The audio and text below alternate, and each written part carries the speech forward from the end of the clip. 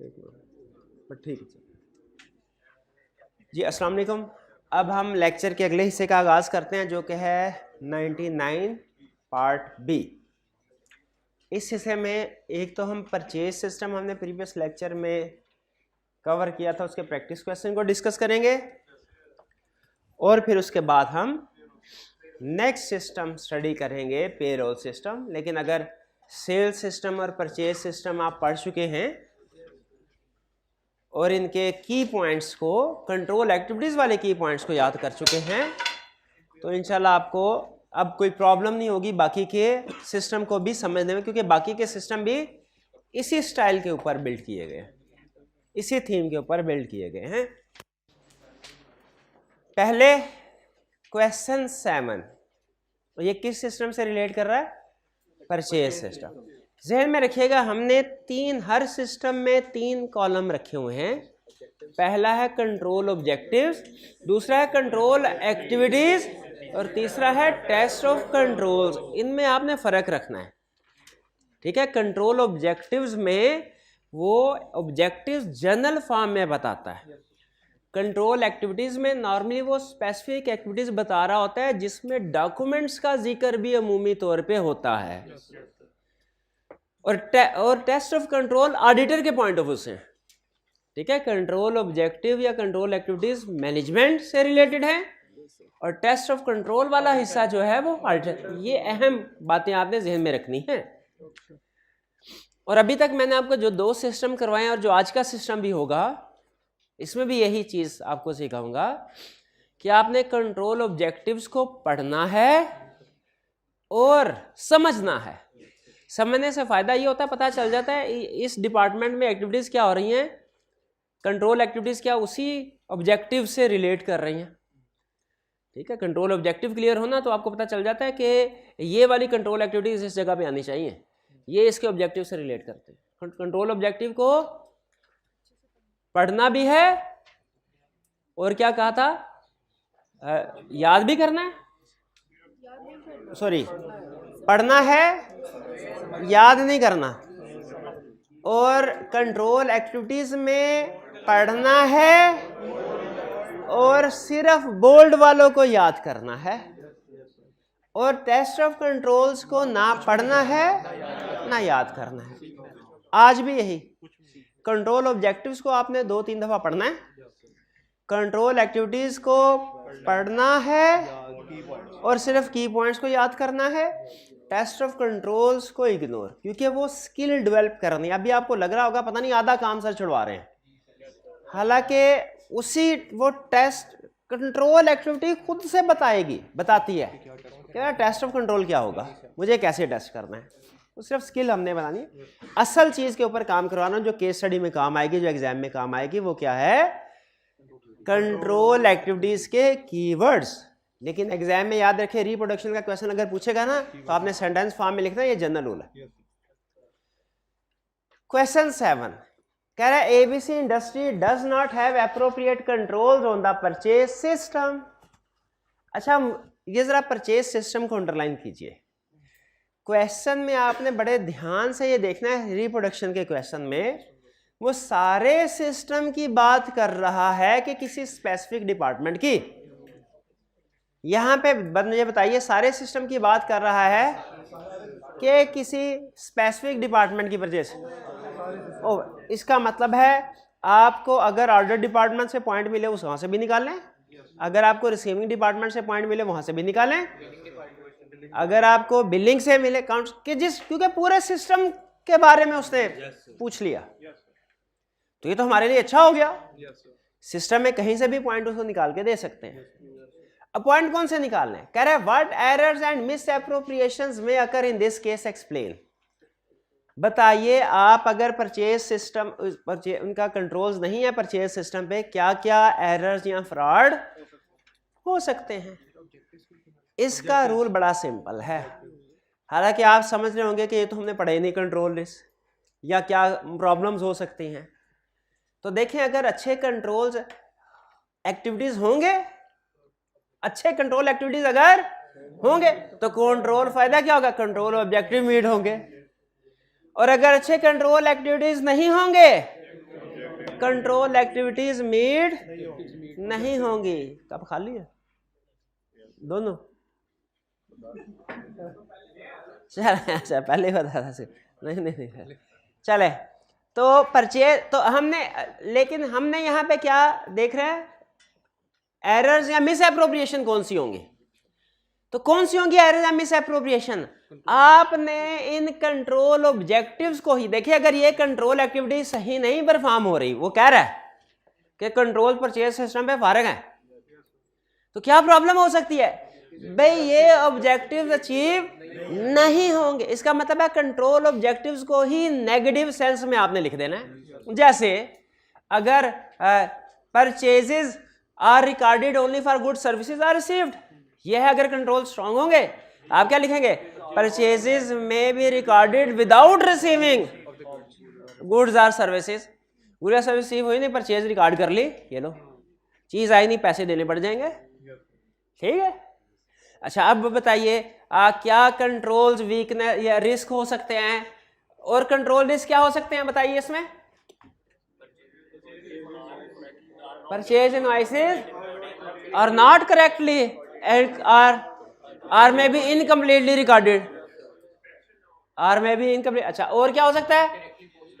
Purchase invoices may not be correctly posted in relevant customers account या may be posted in irrelevant customers account। वो आपका sentence है, जैसे मर्जी बना ले। क्या कंट्रोल रिस्क हो सकते हैं अगर ये कंट्रोल एक्टिविटीज नहीं होंगी? कैसे? हमने कंट्रोल ऑब्जेक्टिव को ही उलट कर देना है भाई। बना सकते हैं आप? और प्रैक्टिस कर लें इसके, बताइए। अकॉर्डेंस विद वैलिड परचेज, अगर गुड कंट्रोल्स नहीं होंगे, क्या कंट्रोल रिस्क है? हाँ, गुड्स में not be received in accordance purchase order.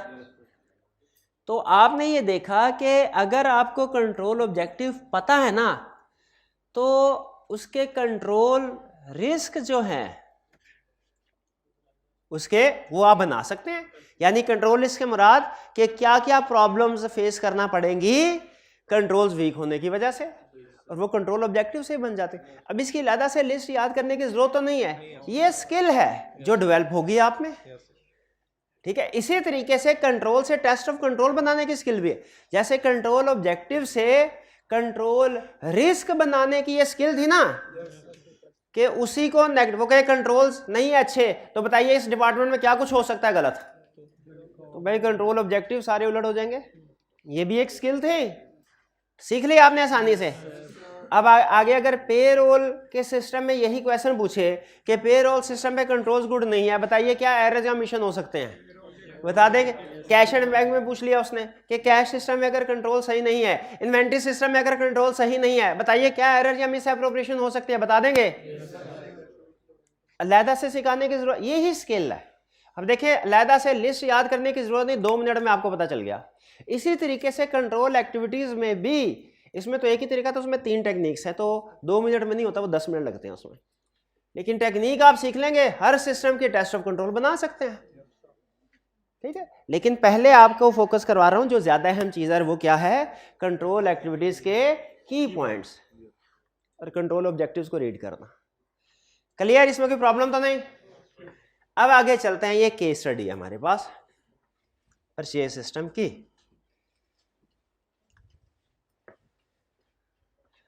आपको एक कंसेप्ट मैंने बताया था कि टेस्ट ऑफ कंट्रोल कब परफॉर्म होते हैं, याद है? जब कंट्रोल स्ट्रांग हो, उन पर रिलाई कर। जब कंट्रोल्स वीक हो ना, हम रिकमेंडेशन देते हैं, और जब कंट्रोल स्ट्रांग हो ना, और रिकमेंडेशन नहीं देते, टेस्ट करते हैं। ये जहन में रखिएगा। इसीलिए क्योंकि एग्जाम में 2 तरह के क्वेश्चंस होते हैं, ज्यादातर आपको सिस्टम देके कहता है इसमें से वीकनेसेस बताओ, और साथ में फिर दूसरी रिक्वायरमेंट में क्या कहता है? इम्पैक्ट और सजेशंस भी दो, रिकमेंडेशन दो। अगर कंट्रोल वीक हो तो कहेगा रिकमेंडेशन दो। किसी क्वेश्चन में कहेगा ये सिस्टम है, इसमें से स्ट्रॉन्ग कंट्रोल ढूंढो, तो आपने वीक को इग्नोर कर देना है, स्ट्रॉन्ग ढूंढना है। और फिर उसकी अगली रिक्वायरमेंट क्या होगी? Test of control. तो बताइए वीक वाले कंट्रोल्स के टेस्ट ऑफ कंट्रोल बताएंगे कि स्ट्रॉन्ग वाले? याद रखिएगा, हर केस स्टडी में दुनिया का कोई इंटरनल कंट्रोल सिस्टम नहीं होता जो सारे का सारा फारग हो या सारे का सारा ठीक हो। ना 100% वो जीरो होता है, वो बिल्कुल फारग होता है, ना परफेक्ट होता है, मिडल सिचुएशन होती है 20, 80, 60, 40 इस तरह। तो किसी भी सिस्टम जो आपको देगा उसमें गुड कंट्रोल्स भी होंगे, बैड भी होंगे। आपने किन के ऊपर फोकस करना है, किन को पिक करना है, किन को छोड़ना है, रिक्वायरमेंट बताएगी।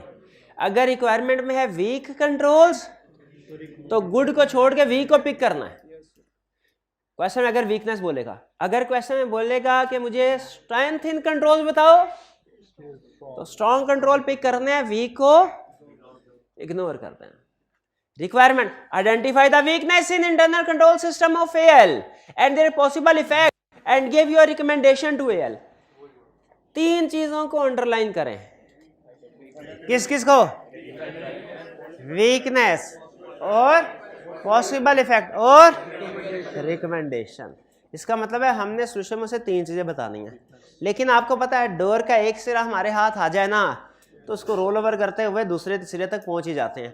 अगर वीकनेस हमने पकड़ ली उसका इफेक्ट तो बता ही सकते हैं। इफेक्ट का मतलब क्या होता है? अगर वीकनेस ऐसे ही चलती रही तो क्या तबाही हो जाएगी? अगर वीकनेस ऐसे ही चलती रही क्या तबाही हो जाएगी? एक स्टूडेंट रोज ऑडिट नहीं पढ़ रहा, केस स्टडी नहीं कर रहा, वीकनेस है। इम्प्लीकेशन क्या है? वो पेपर फेल हो सकता है। शाबाश। रिकमेंडेशन क्या है आपकी? डेली पढ़ना है, डेली पढ़ना है। और अगर कोई स्टूडेंट कहे कि मैं हर रोज 2 घंटे पढ़ता हूं, केस स्टडी भी करता हूं, फिर हमें उसे रिकमेंडेशन देनी है कि 2 घंटे पढ़ा करो, एक लगाया, बोल तो रहा हूं पढ़ता हूं। गुड कंट्रोल है तो रिकमेंडेशन नहीं देनी, फिर क्या करना है? टेस्ट करना है कि वाकई ही 2 घंटे पढ़ रहा है कि नहीं पढ़ रहा। ठीक है, तो जब कंट्रोल्स गुड होंगे तब टेस्ट करने हैं, जब वीक होंगे तो यहां पे कंट्रोल्स वीक। क्लियर? तो वीकनेस स्पीक करना सबसे अहम काम है। उसके बाद उस वीकनेस की बेस पे ही इंपैक्ट बताना है और उस वीकनेस को ही हमने उलट करके रिकमेंडेशन में कन्वर्ट कर देना। पहला कह रहा है you are the audit senior at Advance Limited which is engaged in business of assembling and marketing of consumer electronics. The process followed by AL for procurement is as follows. पहला, store department generates a numerically sequenced purchase requisition. numerically sequenced को underline करें। ये क्या है? Pre number, good control weak, underline करके ignore कर दें। हाँ, अंडरलाइन करके हल्का सा क्रॉस लगा दें। फिर इसके बाद when the quantity falls below reorder level, जब रीऑर्डर लेवल से क्वांटिटी कम हो जाती है तो इसका मतलब है इन्वेंट्री लेवल्स भी मेंटेन किए गए हैं। गुड कंट्रोल अंडरलाइन करें और साथ में हल्का सा क्रॉस लगा दें, क्योंकि ये गुड कंट्रोल तो है लेकिन रेलिवेंट नहीं है। ठीक है। PR शोज, PR क्या है? Purchase requisition. Purchase requisition shows the name of goods and quantity required and is signed by store officer. Signed को अंडरलाइन करें। क्या डॉक्यूमेंट्स पे साइन होना, अप्रूवल होना कंट्रोल है? बहुत अच्छा कंट्रोल है। अंडरलाइन करें, हल्का सा टिक लगा दें, क्रॉस लगा दें, क्योंकि ये भी गुड कंट्रोल है। The approved purchase requisition is forwarded to the purchase department for procurement. Purchase department control, इसका मतलब है वही बंदा परचेज नहीं कर रहा, सेग्रीगेशन पहुंच गए। ये अब कंट्रोल्स बैठ रहे हैं आपके जहन में, ये भी अच्छा है क्या? नहीं तो अंडरलाइन करें, क्रॉस कर दें। ये क्या, इस पॉइंट में कोई भी वीकनेस नहीं हो सकता है, हो सकता है। शाबाश, आगे चलते हैं, मायूस नहीं होना, आगे बहुत जिंदगी पड़ी है। आगे देखें क्या हमारे नसीब में लिखा है। सेकेंड, बस स्ट्रेंथ इधर तक ही थी, आगे वीकनेस ही है। Purchase department has a list of supplier which was prepared in 2015 by including all the suppliers who had supplied goods to AL during previous 5 years। अच्छा, जिस वक्त ये पेपर हुआ 2018 का टाइम था, अपडेटेड नहीं है, अपडेटेड 3 साल पहले की लिस्ट नहीं काम चलेगा। वीकनेस है, क्या इम्प्लीकेशन है? मार्केट में अच्छा सेलर अगर मौजूद है जो गुड क्वालिटी प्रोवाइड कर रहा है, कर सकता है, वो लिस्ट में ऐड नहीं हो सकेगा। अच्छे लोग भी तो आते रहते हैं मार्केट में, तो हर साल आते रहते हैं।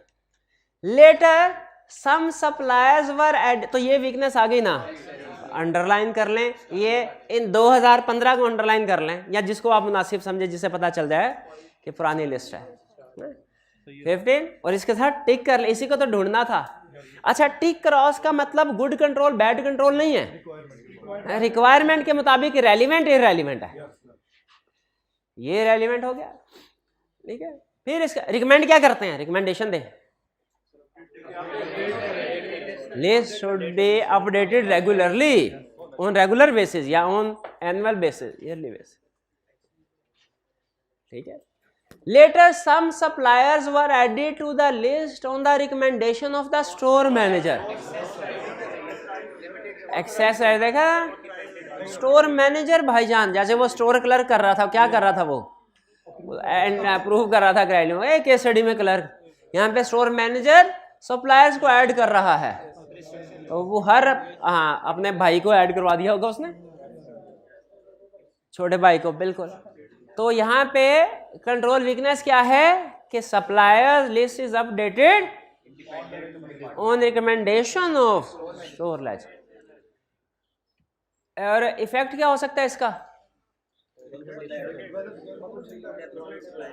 कि अनरिलायबल सप्लायर्स ऐड हो सकते हैं जो पुअर क्वालिटी सप्लाई करें। आगे चलते हैं, नेक्स्ट। अब ये 2 प्रॉब्लम्स हो गई। When a purchase requisition is received, the 5 most experienced suppliers are contacted and purchase order is issued to most experienced supplier, provided he agrees to supply the goods on the same price which was paid by AL on the latest purchases. इसमें क्या problem है? वो कह रहा है latest price पे अगर आप देने को तैयार है तो नो सर, कोटेशन नहीं हो सकता है कि उससे भी कम प्राइस पे देने को तैयार हो सकता है कोई उससे भी कम प्राइस पे देने को तैयार हो। प्राइस में कंपटीशन की वजह से प्राइसेस डिक्रीज भी करते हैं लोग। तो इसमें क्या पिक कर लिया आपने कि कोटेशन या बिड्स कॉल नहीं हो रही? इंपैक्ट क्या होगा? एक्सपेंसिव गुड्स आप परचेज कर रहे होंगे, ठीक है। रिकमेंडेशन क्या होगी? कोटेशंस कॉल करनी चाहिए सबको बेच के। फिर इसके बाद आगे कहानी चल रही है, कह रहा है purchase order is issued in the form of an email by purchase manager. इसमें कोई कबाहत नहीं है, आईटी सिस्टम के जरिए कम्युनिकेशन करें प्रोवाइडेड कि आपके आईटी कंट्रोल स्ट्रॉन्ग है। इन इटसेल्फ इंफॉर्मेशन ईमेल भेजना गलत नहीं है। A copy of the email is also sent to store manager and finance manager, ठीक है। इन केस ऑफ लार्ज और unusual purchases, purchase requisition and purchase order are also authorised by store manager prior to sending the email. Store manager ही authorise कर रहा है, लेकिन store manager ने तो रिक्विजिशन भेज दिया, मुझे इतना सामान चाहिए, ऑथोराइजेशन उसने थोड़ी करनी है। पता नहीं वो उससे रेलिवेंट चीजें भी ये मंगवा रहा है कि कुछ और मंगवा रहा है। ईमेल रिटर्न सबर किया करेंगे, बिल्कुल। तो यहां पे प्रॉब्लम क्या है? स्टोर मैनेजर खुद ही ऑथोराइज करेगा, ठीक है। ऑथोराइज कोई डिपेंडेंट पर्सन करना चाहिए, कोई सीनियर पर्सन करना चाहिए, सेग्रीगेशन ऑफ ड्यूटीज नहीं है। क्लियर जी? ठीक है। अनऑथोराइज्ड गुड्स, इंपैक्ट क्या होगा? अनऑथोराइज्ड गुड्स में भी परचेज। रिकमेंडेशन क्या है? Must be authorised by independent person. तो इसका मतलब पहले वाले में कोई प्रॉब्लम नहीं थी, सेकंड वाले में भी 2 आ गई, थर्ड वाले में भी 2 आ गई, 2 और 2 4। उसने बताया हुआ हमने कितनी ढूंढनी है? वहां 1 1 1 5 3 15, मेरे ख्याल है 5 वीकनेसेस तो होनी चाहिए कम अज कम। बाकी हम 1 2 6 7 भी लिख दें तो कोई हर्ज नहीं है। 4 हो गए। On receiving the goods the store, हम सारी आइडेंटिफाई कर देंगे जितनी और, हाँ रुक नहीं जाना 5 पे, मिनिमम 5 है, बाकी जितनी आइडेंटिफाई कर ली वो कर ली। On receiving the goods, store officer agrees the good dispatch note of the supplier with the purchase order to ensure that description of goods is the same as were ordered by AL. जी नहीं, जब चीजें आ रही हैं वो क्या कर रहा है, चीजें आ रही हैं अपने परचेज ऑर्डर को सप्लायर के गुड डिस्पैच नोट के साथ मैच कर रहा है, तो उसमें क्या प्रॉब्लम है? गुड्स के साथ मैच करना चाहिए। यस, हो सकता है कागजों में कुछ और क्वांटिटी लिखी है, गुड्स कुछ और है।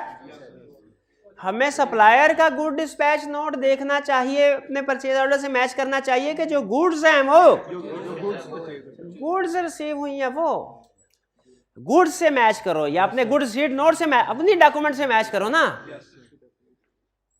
सप्लायर के गुड डिस्पैच नोट से थोड़े मैच करेंगे, फिजिकल गुड से मैच होना चाहिए। यहां पे प्रॉब्लम है क्योंकि goods actually received may not be as per order. ठीक है, क्वांटिटी क्वालिटी डिफरेंट हो सकती है, तो ये एक प्रॉब्लम। क्लियर? रिकमेंडेशन क्या होगी? Goods received should be match with purchase order. Purchase order को गुड्स रिसीव्ड से मैच करना, इंश्योर करने के लिए कौन सी गुड्स रिसीव की है। An acknowledge copy of GDN is given to the supplier को उस GDN की कॉपी पे साइन करके भेज दिया जाता है। Another copy is sent to accounts department. हाँ जी, लेकिन अगर वो GDN भी ले गया, ये हमारा रिकॉर्ड नहीं है, ये उसने हमसे एविडेंस ले लिया, वो ठीक है, लेकिन हाँ हमने यहाँ पे अकाउंट्स डिपार्टमेंट को GDN नहीं भेजनी चाहिए थी। ये आगे चल के हम देखते हैं, लेकिन अभी मैं इसको होल्ड पे रख रहा हूँ क्योंकि मैं देख रहा हूँ आगे चल के GRN भेजने हैं कि नहीं। अगर आगे चल के GRN भी भेज रहे हैं तो चलो ठीक है, GDN भी भेज दिया, एक्स्ट्रा था काम, कोई प्रॉब्लम नहीं है। लेकिन अगर आगे चल के GRN नहीं भेजी ना, फिर गलत, क्योंकि वो एंट्री नहीं सही पास कर सकेगा। ठीक है, कह रहे store department prepare sequentially numbered good receipt note which is signed by store officer after counting the goods. ये गुड सिस्टम चल रहा है। Entry in this store laser is made on the basis of GRN। Store laser में entry GRN की base पे आ रही है। अच्छा, ये स्टोर लेजर होता पता क्या है? बिन कार्ड कभी सुना है आपने?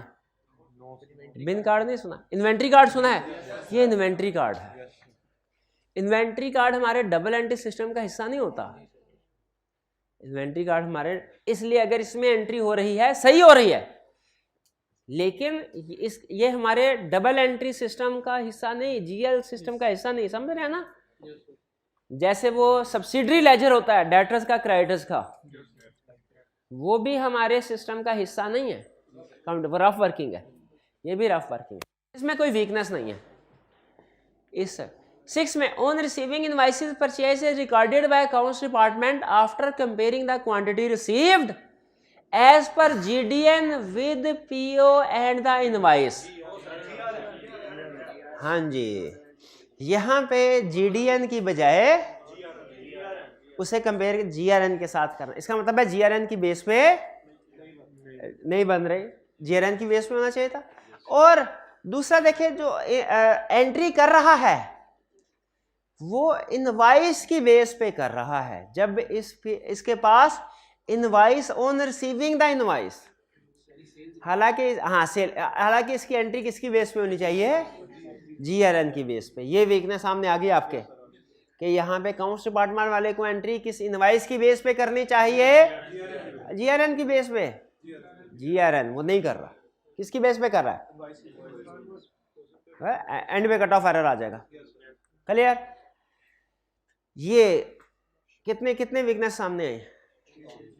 6। ठीक है, अब वही गलती, हिडन एडजस्टमेंट, हिडन वीकनेस, एक हिडन वीकनेस भी थी, अब आपको याद आ गया। हाँ जी, क्वेश्चन में उसने कहीं पे लिखा है कि जब गुड्स रिसीव हुई हैं उनकी इंस्पेक्शन हो रही है, नहीं इंस्पेक्शन नहीं, तो ये एक हिडन वीकनेस थी। ये भी आपको आइडेंटिफाई करनी चाहिए ताकि इंश्योर कर लें क्वालिटी गुड्स रिसीव की जा रही है। कितने स्टूडेंट्स हैं जिन्होंने 4 या उससे ज्यादा वीकनेसेस आइडेंटिफाई की? सारी कर ली थी, शाबाश, बेहतरीन।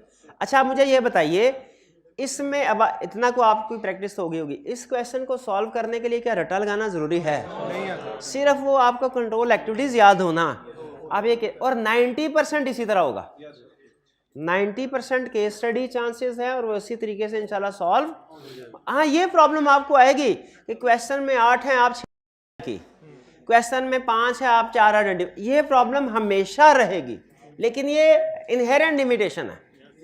आप कभी भी परफेक्ट नहीं हो सकते, आई कि आप जानबूझ के चैलेंजिंग इश्यूज रखता है।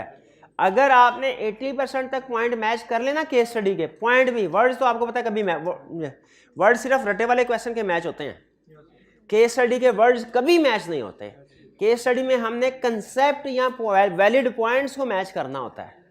केस स्टडी में किसको मैच करना होता है? कंसेप्ट से। अगर आपके 80% तक कंसेप्ट या वैलिड पॉइंट्स मैच हो गए, इसका मतलब है ठीक है, आप पार हैं।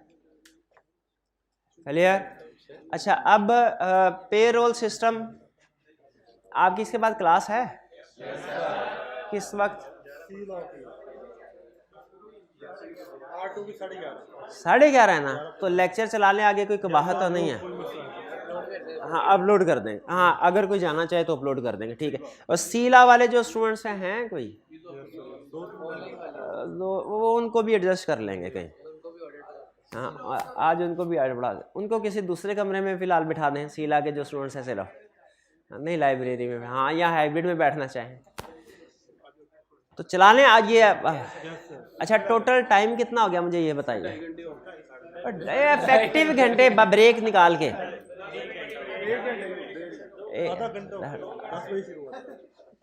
और उससे पहले 1 घंटा हो गया। अच्छा, चले ठीक है, ये क्लियर हो गया आपका। अब हम चलते हैं परचेज सिस्टम, अब हम चलते हैं पेरोल सिस्टम की तरफ। पेरोल सिस्टम परचेजेस वगैरह के सिस्टम की निस्बत आसान है। अब जो आगे आपके तीनों सिस्टम है ना, याद रखें, सेल्स एंड परचेज सिस्टम थोड़ा सा मुश्किल है। उसकी रीज़न ये है कि फर्स्ट टाइम आप पढ़ रहे होते हैं, पहली रीज़न, और दूसरे उसमें कंसेप्ट थोड़े ज़्यादा हैं। इसलिए आप देखेंगे पास्ट पेपर के जो क्वेश्चंस है ना, ये भी सेल्स और परचेज सिस्टम के ज़्यादा क्वेश्चंस हैं आप जब वॉल्यूम 2 की तरफ जाएंगे। पेरोल मॉडरेट लेवल का सिस्टम है और कैश एंड बैंक और inventory and fix asset easy system है, ये इजी सिस्टम। पेरोल सिस्टम का मतलब क्या है कि ऐसा सिस्टम जिसमें एम्प्लॉयज को within the organisation, employees को within the organisations salary pay की जाएगी। उसमें बड़े बड़े फ्रॉड तो कुछ आप खुद भी खबरों वगैरह में सुनते रहते होंगे कि बोगस एम्प्लॉयज, फेक, फिक्टिशियस, या जिसे घोस्ट एम्प्लॉयज भी कहा जाता है, यानी कहीं एग्जिस्ट नहीं करते, सिर्फ पेरोल पे सैलरी मिलती जाती है उनको किताबों। या बाज़ औक़ात ऐसा होता है एम्प्लॉयज जेन्युइन है, घर होते हैं, उनको तनख्वाह मिल रही होती है सरकारी महकमों में काम, या इवन प्राइवेट महकमों में काम आते हैं, फारिग बैठे रहते हैं, एक्स्ट्रा काम ओवर टाइम कोई नहीं होता, क्लेम कर लेते हैं मैनेजर। तो ये कुछ बड़े, या सैलरी को कैलकुलेट करते हुए रेट या आवर्स गलत प्रोसेस हो जाते हैं। तो ये मेजर कुछ एरर्स हैं जो कि पेरोल में आ सकते हैं। इनको समझने के लिए आपको पेरोल शीट समझना पड़ेगी। अगर पेरोल शीट को समझ लिया आपने, पेरोल सिस्टम को समझ लिया, और पेरोल शीट वैसी ही है जैसी आप टैक्स में पढ़ते थे। टैक्स पढ़ा आपने? उसमें टैक्सेबल इनकम कैलकुलेट की है कभी एम्प्लॉय की? फर्क सिर्फ ये शीट नहीं, क्या है क्या बेसिकली शीट में और उस कैलकुलेशन में फर्क क्या है? वो कैलकुलेशन होती थी एक एम्प्लॉय की, और वो होती थी ऐसे, ये ऊपर से नीचे, इसको क्या कहते हैं, वर्टिकल, वो वर्टिकल होती थी। ये कैलकुलेशन है हॉरिजेंटल, और इसमें एक एम्प्लॉय नहीं बल्कि 20, 25, 50 एम्प्लॉयज होते हैं, सिर्फ यही फर्क है, वरना बाकी सारी चीजें वही है।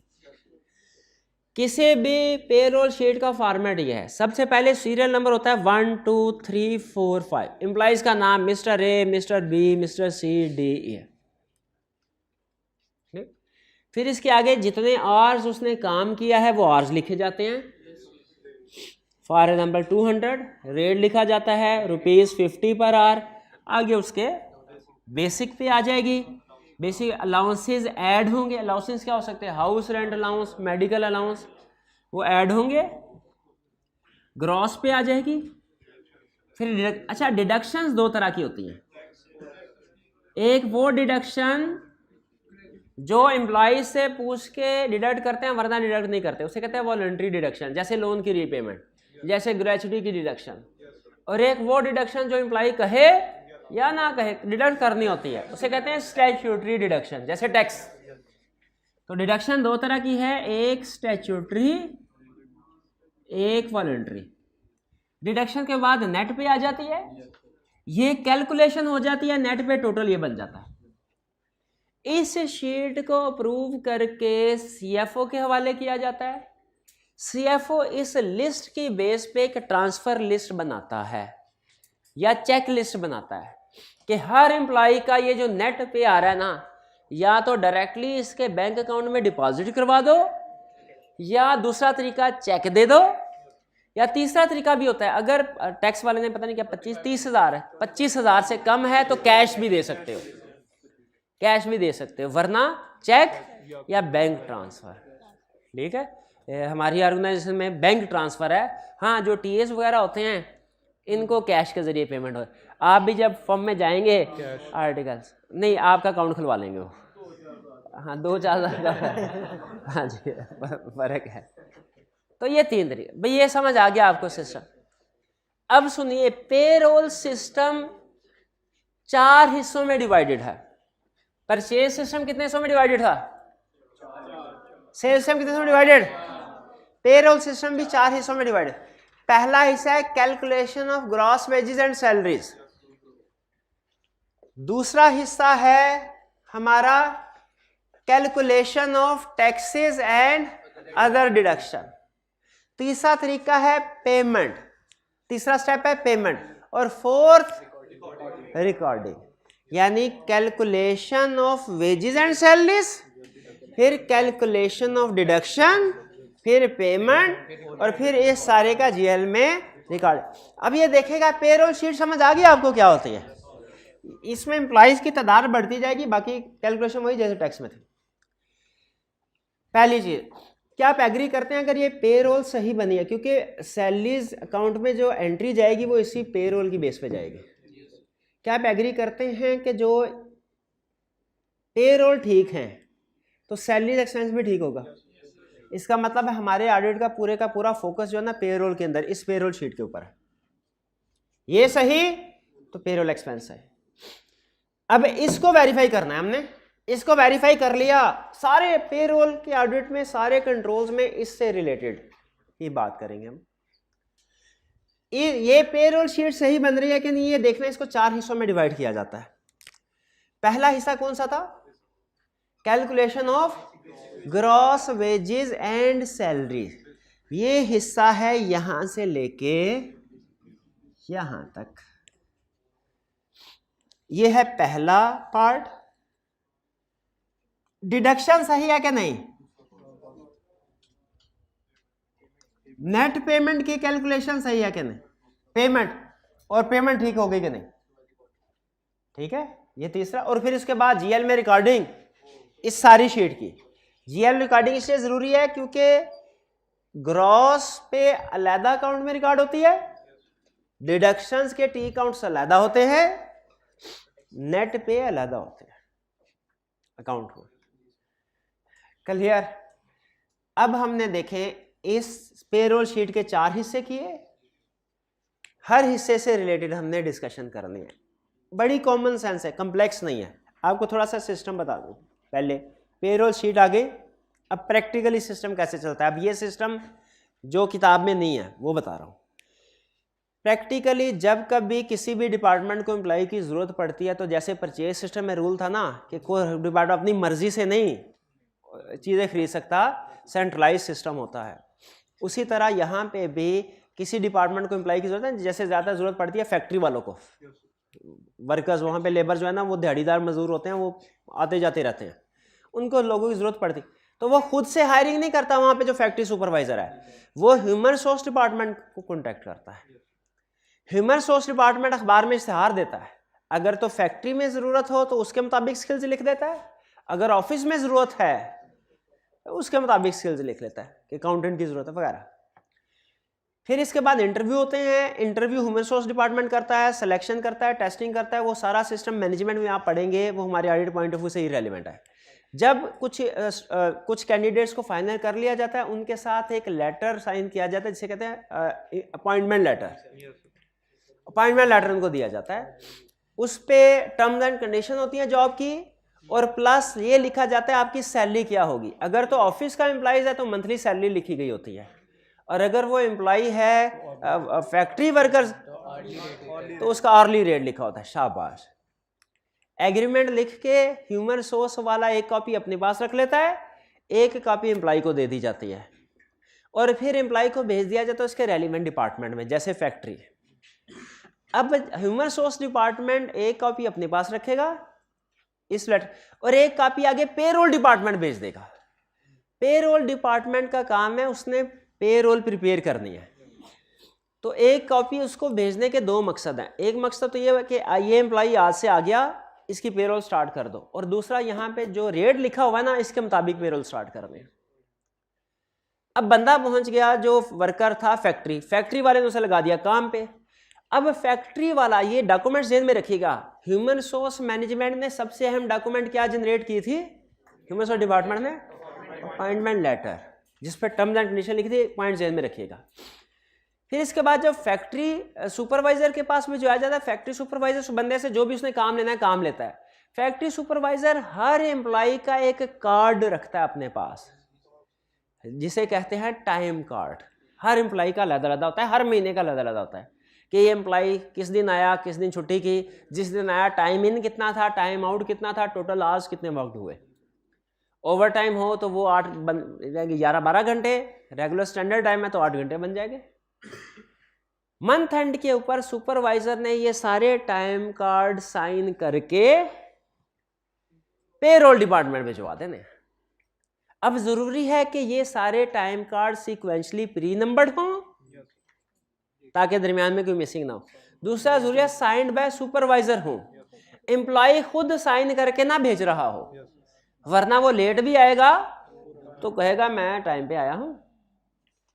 ये जो टाइम कार्ड है कौन बना रहा हो? सुपरवाइजर। ठीक है। अच्छा, कुछ ऑर्गेनाइजेशन में सिस्टम है clock card system. Clock card system ये होता है कार्ड दे दिया जाता है आपको और आप उसको स्वाइप करते हैं, टाइम इन रिकॉर्ड कर लेता है, फिर स्वाइप करते हैं टाइम आउट रिकॉर्ड कर लेते हैं। हाँ, ये सिस्टम, इस सिस्टम में अगर ये सिस्टम आपको केस स्टडी में देता है, आपने कहना है इस सिस्टम में एक वीकनेस है। क्या? एक एम्प्लॉय मल्टीपल कार्ड्स को स्वाइप कर सकता है। अब इसके दो तरीके हैं, एक कैमरा लगा दिया है पता चल जाए मल्टीपल पार्टीज स्वाइप, और दूसरा बायोमेट्रिक सिस्टम की तरफ आ जाएं। बायोमेट्रिक सिस्टम में हाँ वो गुड्डा नहीं होता हालांकि वो इंग्लिश मूवीज में उसका भी इलाज बताते होते हैं तो, लेकिन बायोमेट्रिक टेक्नोलॉजी में भी एडवांसमेंट आ गई। अब तो वो आंख को भी स्कैन कर लेते हैं, क्या कहते हैं उसको, रेटिना स्कैन कर लेते हैं।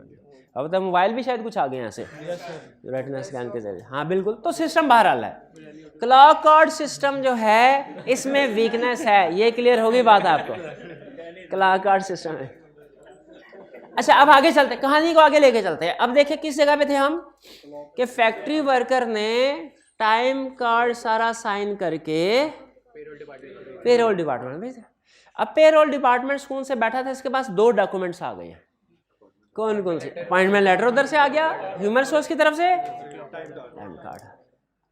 ये क्या करता है, जिन जिन एम्प्लॉइज के इसके पास ह्यूमन रिसोर्स डिपार्टमेंट में से रिकॉर्ड, उनको ऐड करता रहता है, इनको ऐड करता रहता है।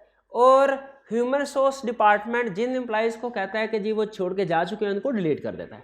पहली चीज़, यहाँ पे जो पेरोल डिपार्टमेंट में बंदा बैठा है ना, इसको इजाज़त नहीं होनी चाहिए एम्प्लॉइज़ को अपनी मर्जी से ऐड कर ले, वरना ये कंट्रोल वीकनेस होगी किसी फेक एम्प्लॉय को रिकॉर्ड। जितने भी एम्प्लॉइज़ की एडिशन हो रही है वो with approval of HR department होना चाहिए। दूसरा इशू सुन लें, फैक्ट्री सुपरवाइजर को चाहिए कि जो एम्प्लॉयज भी छोड़ के गए हैं ना, इमीडिएटली ह्यूमन रिसोर्स डिपार्टमेंट को और पेरोल डिपार्टमेंट को इन्फॉर्म करें। किस लिए? ताकि आइंदा से उसकी सैलरी प्रोसेस ना हो। वरना बहुत टाइम ऐसा होता है कि एम्प्लॉय छोड़ के जा चुका होता है, लेकिन सुपरवाइजर ने चूंकि ह्यूमन रिसोर्स डिपार्टमेंट को टाइमली इन्फॉर्म नहीं किया, उसको सैलरी मिलती रहती। एक केस स्टडी में उसने कहा ह्यूमन रिसोर्स डिपार्टमेंट है, अब आईटी सिस्टम यूज कर रहे हैं, ह्यूमन रिसोर्स डिपार्टमेंट ने जो लिस्ट मेंटेन की हुई है ना, इस लिस्ट को पासवर्ड प्रोटेक्टेड है। इस लिस्ट को ओपन करने के लिए उसका जो पासवर्ड है वो है उसकी पालतू बिल्ली, उसका नाम, और वो अक्सर अपने कोलीग से जिक्र करता रहता है वो बिल्ली जो बड़ी प्यारी है। अब बताइए क्या इसमें कोई वीकनेस है? क्या वीकनेस है? वीक पासवर्ड, इजीली सारे गैस कर सकते हैं। अच्छा, दूसरी वीकनेस सुनने उसने, अब ये उसने आईटी का टच दिया था ह्यूमन इसमें पेरोल में। दूसरे, ह्यूमन रिसोर्स डिपार्टमेंट ने जिन एम्प्लॉयज की, जो एम्प्लॉयज रिजाइन करके गए उनकी इमीडिएटली लिस्ट फॉरवर्ड कर दी ये सुपरवाइजर ने पेरोल डिपार्टमेंट को, एचआर को भी कर दी। अब बताएं इमीडिएट प्रॉब्लम है कोई? इसके बावजूद भी सैलरी ट्रांसफर होती रही रिजाइंड एम्प्लॉयज को। क्या प्रॉब्लम है? ईमेल पहुंच गई लेकिन उसने उसकी जंक बॉक्स में चली गई, रीड नहीं की। रिस्क है। इसीलिए विद इन द ऑर्गेनाइजेशन याद रखें, आपने सिर्फ मैसेज को सेंड नहीं करना होता, एक्नॉलेजमेंट लेनी होती है कि रिसीव कर लिया कि नहीं उसने। तो जहां पे एम्प्लॉय रिजाइन करें आपने कम्युनिकेट करना है, उसकी एक्नॉलेजमेंट भी लेनी है ताकि पता चल जाए उस बंदे तक मैसेज पहुंच भी गया है। ठीक है, इसीलिए आपने देखा होगा ईमेल जब आप करते हैं उसमें एक ऑप्शन होती है कि रेसिपिएंट जैसे ही आपकी ईमेल को रीड करेगा आपको मैसेज मिल जाएगा। आता है ना ईमेल के अंदर ये ऑप्शन होती है, इनेबल करनी पड़ती है, ऑप्शन होती है। जैसे व्हाट्सएप में होती है ना, आपको पता चल जाता है दूसरी बार ने मैसेज रीड किया कि नहीं किया, आप ब्लू टिक हो जाते हैं। ईमेल में भी ऑप्शन होती है, ये ब्लू टिक नहीं होते लेकिन आपको मैसेज आ जाता है कि उस बंदे ने रिसीव कर लिया। अच्छा, पेरोल वाले ने अब आर्स कहां से, लोग नाम कहां से उठाया? Human resource department. Hours worked कहां से आए? टाइम शीट से, अप्रूव टाइम शीट से। रेट कहां से आया? HR department. कैलकुलेशन कर ली बेसिक, अलाउंसेस भी ऐड कर लिए, ग्रॉस पे डिडक्शन। डिडक्शन दो तरह की स्टैट्यूटरी है और वॉलंटरी। स्टैट्यूटरी डिडक्शन की अप्रूवल एम्प्लॉय से लेना जरूरी नहीं है, ये एज पर लॉ हमने जो अपडेटेड टैक्स रेट्स हैं उनके मुताबिक डिडक्शन करनी है। और जो वॉलंटरी डिडक्शन है, और फिर इसके बाद नेट पे की कैलकुलेशन होगी। नेट पे की डिस्ट्रीब्यूशन करने से पहले क्या अप्रूवल होनी चाहिए सीएफओ की तरफ से? क्लियर? अच्छा, ये सारी एक्टिविटीज मैंने ज़बानी कलामी आपको बता दी है। ठीक है, इसमें जो कंट्रोल ऑब्जेक्टिव्स भी कंट्रोल, लेकिन जो हम पढ़ते होते हैं ना रीड, अब वो रीड करने का इतना टाइम नहीं है क्योंकि वो ऑनलाइन वाले स्टूडेंट्स कहते हैं सर वो 1.5 घंटा आपने कहा हुआ ना, तो उससे ज़्यादा ना लेक्चर जाए। तो हाँ नहीं हाँ कभी कभी हो जाता, तो इसलिए मैं ज़्यादा नहीं, लेकिन आप अब इस लेवल पे हैं कि इसको पढ़ सकते हैं। मैं इसकी होम असाइनमेंट स्किप कर रहा हूँ। ये जो पेरोल सिस्टम है इसकी होम असाइनमेंट आप करना चाहें तो कर लें ना, ऑप्शनल है, कंपलसरी नहीं है। हाँ सिर्फ ऑप्शनल है, कंपलसरी नहीं है, लेकिन इसको रीड आपने लाजमी करना है। हाँ, मैं कल आपके साथ एक इसका कंट्रोल ऑब्जेक्टिव और एक्टिविटीज बुक से भी रीडिंग करवा दूंगा, ज़बानी कलामी बता दिया है, लेकिन हो सकता है 1-2 प्रोसीजर रह गए हों, बुक से भी रीड करवा दूंगा और क्लास में हम इसकी केस स्टडीज भी कर लेंगे। लेकिन आपके लिए रिकमेंडेड है खुद भी रीड करें, और अगर हो सके, हालांकि मुश्किल होगा आपके लिए, हो सके तो केस स्टडी भी पढ़ लीजिएगा, इंटरेस्टिंग होगी, आपको कुछ ना कुछ सीखने को मिलेगा। कर लेंगे जी। चलिए आज का लेक्चर यहाँ पे फिर ख़त्म करते हैं। अल्लाह हाफ़िज़।